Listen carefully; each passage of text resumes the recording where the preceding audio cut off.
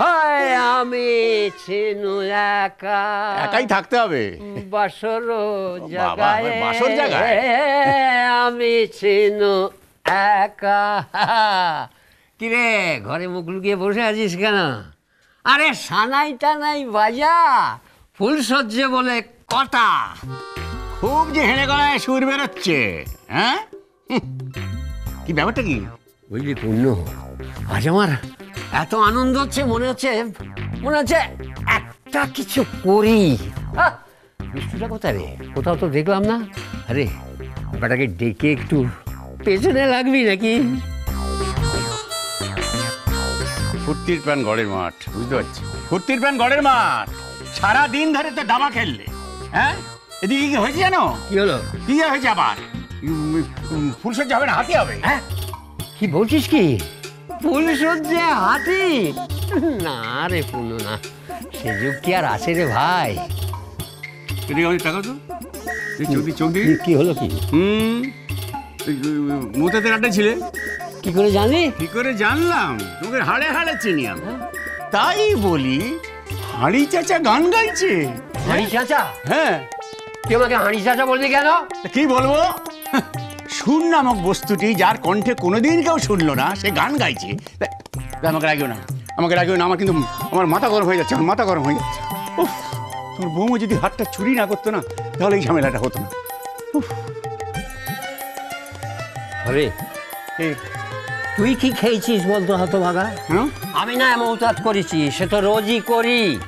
তুই যে বৌমাকে হাতটা চুরি করতে দেখছিস, হ্যাঁ, যে লোক মরে ভূত হয়ে গেছে সে কখনো চুরি করতে পারে? আরে ভূত হয়তো চুরি করছে। হ্যাঁ হ্যাঁ, ছোট বৌমা বিষ্ণু আর লক্ষ্মীর ফুলসজ্জা হতে দেবে না। এক বৌমা মানে তোর বউ হাত চুরি করলো, এদিকে আর এক বৌমা মানে তোর ছেলের বউ ফুলসজ্জা হতে দেবে না। ও কি যে বলছিস না, মাথায় ঢুকছে না রে বিষ্ণু। বিষ্ণু, আরে তোর নাকি ফুলসজ্জা হবে না? এই আবার ছোট বৌমা চাকিয়ে উঠবে। হ্যাঁ, আর তোমার হেডে গলায় চিৎকার করো না তো। আরে দেখ, তোমার দাদার চিৎকারে ছোট বৌমার ঘুম ভাঙবে না। ওই যে কুজি বুড়ি ছোট বৌমার কানে মন্ত্রণা দিচ্ছে যাতে ফুলসজ্জা না হয়। জানি তো, তোমার জন্য, তোমার জন্য। আমি কোনো কথা শুনতে চাই না তোমার সঙ্গে। এই ব্যাপারে আমি কোনো কথা বলবো না, কোনো কথা বলবো না। আমি যাও। দেখো বুড়ো, আমার মাথা কিন্তু আগুন হয়ে আছে। তোমার ওই ছেঁচা বুড়িকে গিয়ে বলে দাও, ওর সামনে ঘোর বিপদ। হ্যাঁ, আমার সংসারে যেন নতুন করে ভাঙন ধরাতে না, সেই বলে দিলাম। কি করবে তুমি? কি করবে? ভাঙন ধরলে তুমি কি করবে? হাতটা ফেলে দেবে আমাকে? তা তো দেবে না। না না না না না, তা দেব না। ওই ছেঁচা বুড়ির ঘর মোটকাবো। ঘর উঠকে দেবে? আমার হারের দরকার নেই, তুমি ওইটাই করো।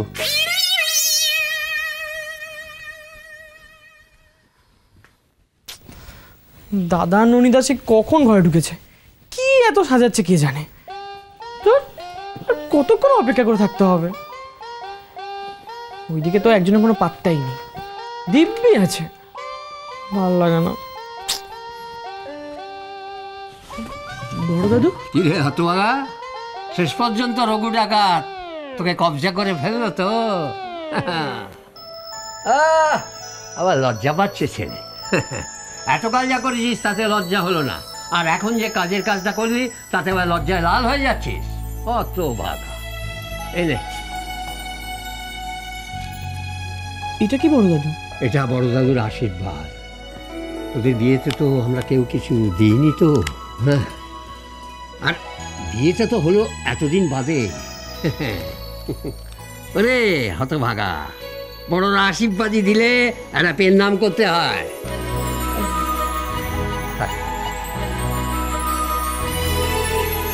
দাঁড়া দাঁড়া দাঁড়া, উঠবি না।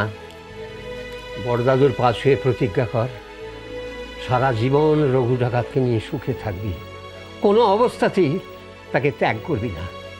বল। প্রতিজ্ঞা করছি, আমি সব সময় তোমার রঘু ডাকাতের পাশে থাকবো। এইবার ওঠ।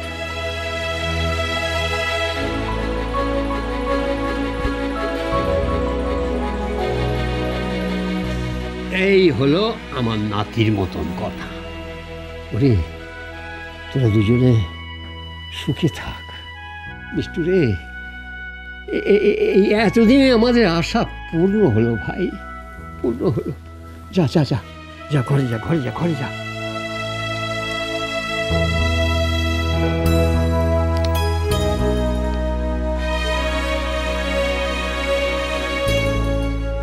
দাদা দাদা দেখো তো দাদা কেমন হয়েছে। ইয়ে করে দি, আটিয়ে দিয়েছিস। হ্যাঁ, এইটা ঠিক আছে। আরে বাবা কি করছো তোমরা? আমি আর কতক্ষণ ছাদে হাওয়া খাবো? ও ঠাকুরপো, এইভাবে কেউ আসে নাকি? আচ্ছা তুমি কি জানো না, আগে বউরা ঘরে ঢোকে বসে, তারপর বর আসে। ইষ্টু, আমার কি মনে জানিস তো, মানে তুই একবারে ইয়ে হয়ে গেছিস, মানে তুই একবারে লজ্জা হয়ে গেছিস। চাপ বাবা, নির্লজ্জ হওয়ার মতন কি কথা বললাম? আমি তো আমার ঘরটা দেখতে এলাম। কিন্তু ওনার চাঁদ গোপাল, এই ঘর তো এখন আর ঘর নেই, একেবারে ইয়ে হয়ে গেছে। এখন তো এখানে ইয়ে হবে। কি হবে? মানে তোর বাবা ফুল সজ্জা হবে, একে না মানুষ করতে হবে। একে আমি ছাদে নিয়ে মানুষ করে তারপর নিয়ে আসছি। হ্যাঁ দাদা ঠিক বলেছো, তুমি ঠাকুরপোকে নিয়ে যাও তো। আর আমি তো এখানে আছি নাকি, আর আমার সামনে ঠাকুরপোকে আর মানুষ করতে হবে না। যাও। তার মানে আমি অমানুষ নাকি? না, এ বলেছে বালাই সাহেব, তো তুমি অমানুষ নয়, তুমি হলে একটা ইয়ে ছাড়া ইয়ে, মানে ছাড়া পাঁটা।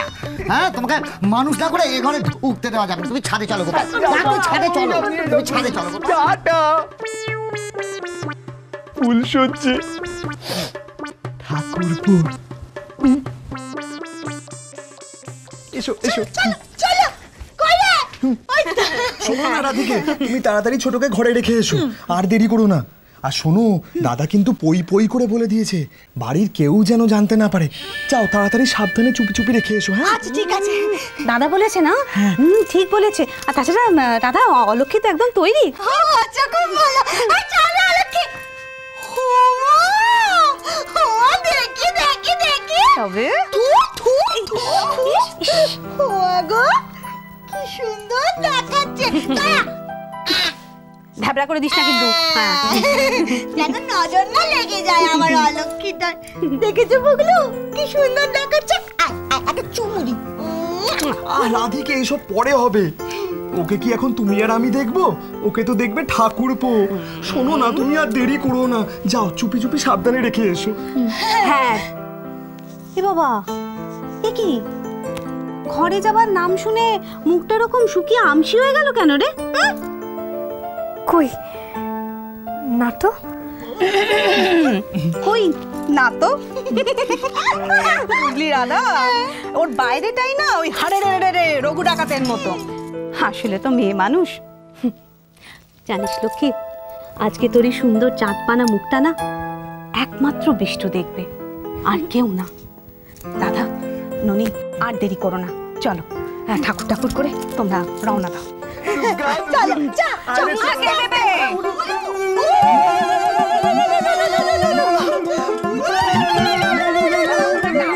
আওয়াজ করিস না।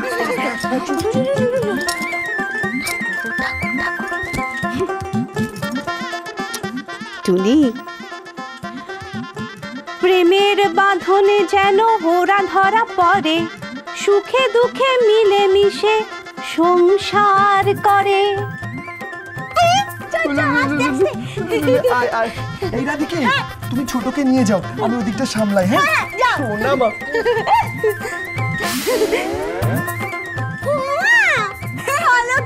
তুই কি দেখার চেষ্টা করছিস না? তোর মুখটা তো পুরো ঢাকা।